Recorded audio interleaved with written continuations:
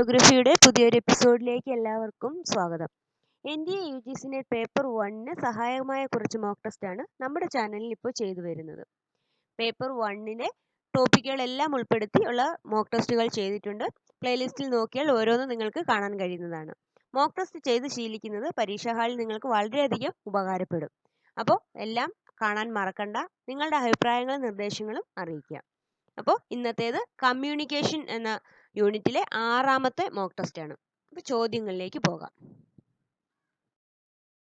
First one, every communicator has to experience. എല്ലാ കമ്മ്യൂണിക്കേറ്റർക്കും ഉണ്ടാകേണ്ടി വരുന്ന ഒരു എക്സ്പീരിയൻസ്.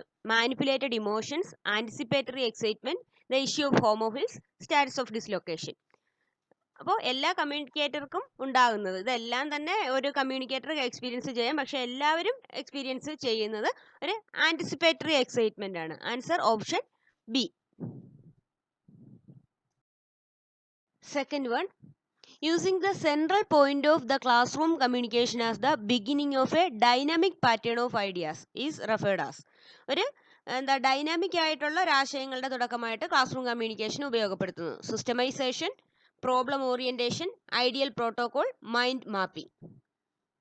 ഡൈനാമിക് പാറ്റേൺ ഐഡിയാസ് എന്ന് പറയുന്നത് മൈൻഡ് മാപ്പിംഗ് ആണ്. Answer option D.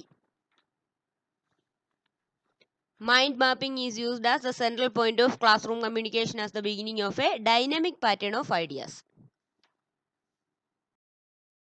Next one, classroom communication is the basis of. Classroom communication എന്തിനെ ബേസ് ചെയ്തിരിക്കുന്നു? Social identity, external inanities, biased passivity, group aggression. Classroom communication is based on the social identity. Option A. Fourth one, in a classroom, the probability of message reception can be enhanced by. അപ്പോൾ ഒരു class റൂമിലുള്ള കുട്ടികളുടെ സന്ദേശ സ്വീകരണത്തിന്റെ സാധ്യത കൂടുതലായിട്ട് വർദ്ധിപ്പിക്കാൻ കഴിയുന്നത് എങ്ങനെയാണ്? അപ്പോൾ ക്ലാസ് റൂം കമ്മ്യൂണിക്കേഷൻ എന്ന് പറയുമ്പോൾ അധ്യാപകരും വിദ്യാർത്ഥികളും തമ്മിലുള്ളത്. അപ്പോൾ അതിൽ തന്നെ അധ്യാപകർ പഠിപ്പിക്കുന്നത് കുട്ടികൾക്ക് കൂടുതലായി മനസ്സിലാക്കണമെങ്കിൽ എന്നുള്ളതാണ്. അപ്പോൾ ഇവിടെ options: establishing A view point, exposing the ignorance of students, increasing the information load, using high decibel audio tools. അപ്പോൾ കുട്ടികൾക്ക് കൂടുതലായിട്ട് അധ്യാപകർ പഠിപ്പിക്കുന്നത് കൂടുതലായിട്ട് ഉൾക്കൊള്ളാൻ കഴിയുന്നെങ്കിൽ അവരുടെ ഇഗ്നോറൻസ് കൂട്ടുകയോ അല്ലെങ്കിൽ കൂടുതലായിട്ട് ലോഡായിട്ട് ഒരുപാട് പഠിപ്പിക്കുകയോ അല്ലെങ്കിൽ വലിയ ഉച്ചത്തിൽ സംസാരിക്കുകയോ ചെയ്യുന്നതല്ല ഒരു വ്യൂ പോയിന്റോടുകൂടി പഠിപ്പിക്കുമ്പോൾ. അപ്പോൾ എസ്റ്റാബ്ലിഷിംഗ് എ വ്യൂ പോയിന്റ്, അവർക്ക് ഒരു വ്യൂ പോയിന്റ് നൽകുക. അപ്പോൾ അതിലൂടെയുള്ള പഠനം കൂടുതലായിട്ട് അവർ സ്വീകാര്യത വർദ്ധിപ്പിക്കും. അപ്പോൾ ആൻസർ ഓപ്ഷൻ എ ആണ്. Fifth one, which of the following set of statement is correct for describing communication process? Communication പ്രോസസ്സിനെ കറക്റ്റ് ആയിട്ട് ഡിസ്ക്രൈബ് ചെയ്യുന്ന സ്റ്റേറ്റ്മെന്റ്സ് ഏതൊക്കെയാണ്? താഴെ കുറേ സ്റ്റേറ്റ്മെന്റ്സ് പറഞ്ഞിട്ടുണ്ട്. ഇതിൽ ഏതൊക്കെയാണ് കമ്മ്യൂണിക്കേഷനുമായിട്ട് ബന്ധപ്പെട്ട് കറക്റ്റ് ആയിട്ടുള്ളത്? അപ്പോൾ ഓരോന്നും വായിച്ചു നോക്കുക.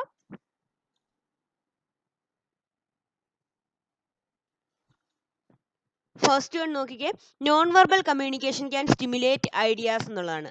Non verbal or verbal communication can stimulate ideas. അത് വെർബൽ എന്നോ നോൺ വെർബൽ എന്നോ ഇല്ല, കമ്മ്യൂണിക്കേഷന് ഐഡിയാസ് സ്റ്റിമുലേറ്റ് ചെയ്യാൻ കഴിയും. അപ്പോൾ ഒന്നാമത്തെ സ്റ്റേറ്റ്മെന്റ് കറക്റ്റ് ആണ്. Non verbal communication can stimulate ideas. Then communication is a learned ability. Communication നമുക്ക് ലേൺ ചെയ്തെടുക്കാവുന്നതാണ്, പഠിച്ചെടുക്കാവുന്ന ഒരു കഴിവാണ്. അപ്പോൾ രണ്ടാമത്തത് കറക്റ്റ് സ്റ്റേറ്റ്മെന്റ് ആണ്. Next one, communication is not a universal പനാസിയ.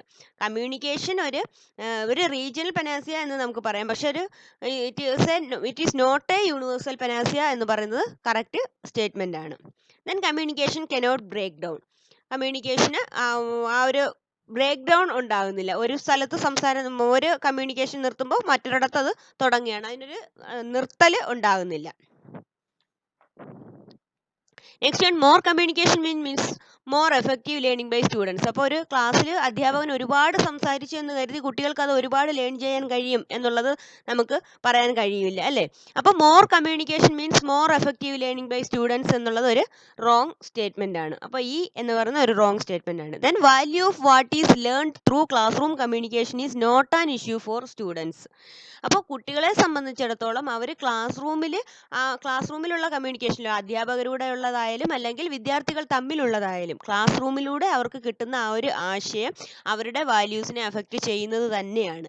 അപ്പോൾ ആ എഫ് സ്റ്റേറ്റ്മെന്റ് നോക്കിയാൽ value of what is learn through classroom communication is not an issue for students എന്ന് പറയുന്നത് റോങ് സ്റ്റേറ്റ്മെന്റ് ആണ്. തീർച്ചയായും കുട്ടികളെ ക്ലാസ് റൂം കമ്മ്യൂണിക്കേഷൻ കുട്ടികളെ അഫക്റ്റ് ചെയ്യുന്നുണ്ട്, അവരുടെ വാല്യൂസിനെ അഫക്റ്റ് ചെയ്യുന്നുണ്ട്. അപ്പോൾ എഫും റോങ് സ്റ്റേറ്റ്മെന്റ് ആണ്. അപ്പോൾ കറക്റ്റ് ആയിട്ടുള്ള statement A, B, C and D ആണ്. Option C. Okay. Which of the following is a function of mass media? Mass മീഡിയയുടെ ഏറ്റവും പ്രധാനപ്പെട്ട ഫംഗ്ഷൻ ഏതാണ്? Transit culture, formulate national policies, to help the judiciary to take its decisions, to stabilize the share market.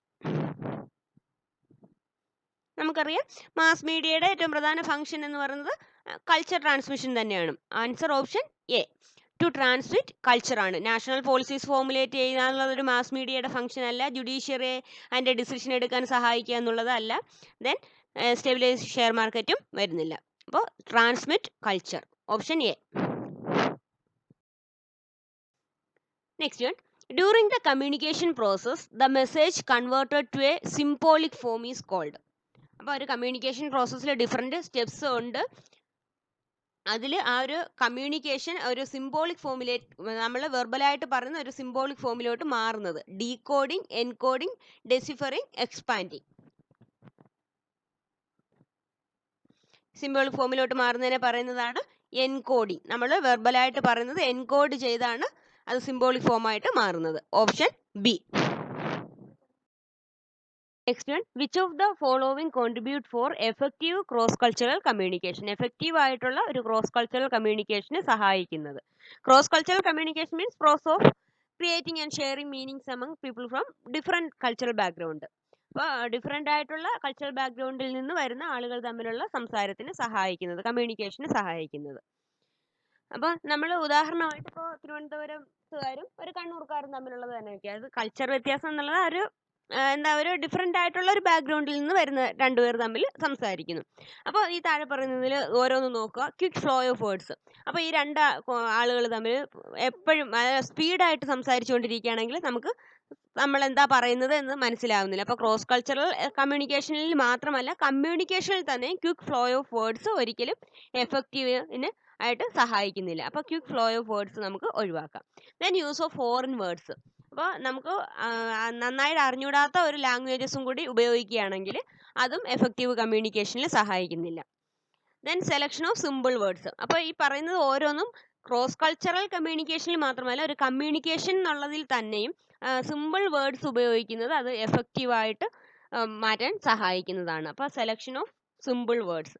Then taking turns to speak. അപ്പോൾ നമ്മൾ ഒരാൾ സംസാരിച്ചിട്ട് അടുത്ത ആൾക്കും അത് സംസാരിക്കാനുള്ള ആ ഒരു അവസരം കൊടുക്കുക. അല്ലെങ്കിൽ അങ്ങനെ രണ്ടുപേരും പറയുമ്പോൾ, രണ്ടുപേര് തമ്മിൽ സംസാരിക്കുമ്പോൾ രണ്ടുപേർക്കും ആ ഒരു അവസരം കിട്ടുകയാണെങ്കിൽ അത് എഫക്റ്റീവായിട്ട് ആ ഒരു കമ്മ്യൂണിക്കേഷൻ എഫക്റ്റീവ് ആണെന്ന് നമുക്ക് പറയാം. അപ്പോൾ ക്രോസ് കൾച്ചറൽ കമ്മ്യൂണിക്കേഷനും അതുപോലെ തന്നെ ടേക്കിംഗ് ടേൺസ് ടു സ്പീക്ക് എന്നുള്ളത് എഫക്റ്റീവ് കമ്മ്യൂണിക്കേഷന് സഹായിക്കുന്നതാണ്. Then maintenance of etiquette. ഒരു മര്യാദയോടുകൂടി സംസാരിക്കുക എന്നുള്ളത് അതും തീർച്ചയായും എഫക്റ്റീവ് കമ്മ്യൂണിക്കേഷനിൽ സഹായകമാകുന്നതാണ്. അപ്പോൾ 3, 4 ആൻഡ് 5 ആണ് option D. Next one, the term DAVP. DAVPയുടെ ഫുൾ ഫോം ഓരോന്നും വായിച്ചു നോക്കുക. DAVP means directorate of advertising and visual publicity ആണ്. Option D, directorate of advertising and visual publicity, DAVP. First one ഒരു അസേർഷൻ റീസൺ ക്വസ്റ്റ്യൻ ആണ്. Assertion, mass media promote a culture of violence in the society. അതിന് reason ആയിട്ട് പറയുന്നത് because violence sells in the market as people themselves are violent in character. അപ്പോൾ mass media ഒരു culture of violence ആണ് സൊസൈറ്റിയിൽ promote ചെയ്യുന്നത് എന്നാണ് assertion പറയുന്നത്. അതൊരു റോങ് അസേർഷൻ ആണ്. മാസ് മീഡിയയുടെ ഒരു ഇതെന്ന് പറയുന്നത് ഒരിക്കലും കൾച്ചർ ഓഫ് വയലൻസ് അല്ല.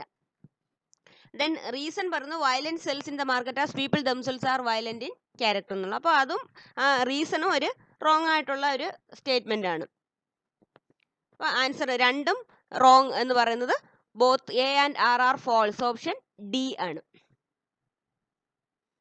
അപ്പോൾ 10 ക്വസ്റ്റ്യൻസും ഇവിടെ പൂർത്തിയായി. അപ്പോൾ നിങ്ങളുടെ അഭിപ്രായങ്ങൾ അറിയിക്കാൻ മറക്കണ്ട. മറ്റൊരു വീഡിയോയുമായി നമുക്ക് വീണ്ടും കാണാം. Thanks for watching friends.